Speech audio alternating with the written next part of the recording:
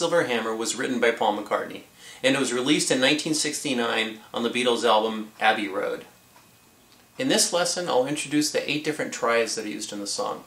5 of them are played as dominant 7th chord, and many times during the song, bass notes are played other than the name note of the chord. So we'll talk about slash chords and how they're used to make bass lines more interesting. And then I've got an E7. So I've got E in my left hand, E is my 1, G sharp is my 3, B is my 5, and D is my 7. Now notice the difference between E minor and E7. Let's forget about the 7 for a second and we'll talk about the difference between the E chord and E minor chord. As we usually do, we'll go through each section of the song, playing every chord in its root position, and then we'll follow that up by using the technique of finding the nearest inversion.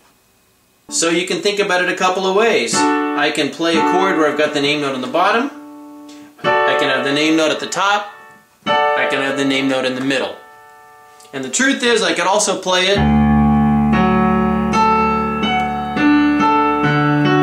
all over the place.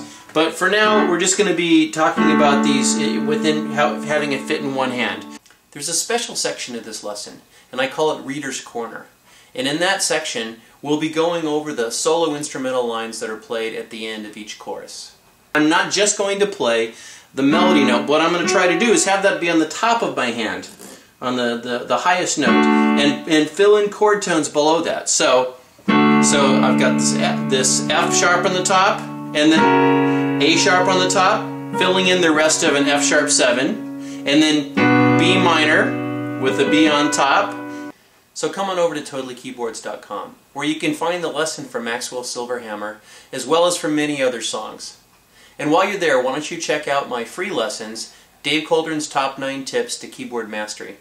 We'll see you there.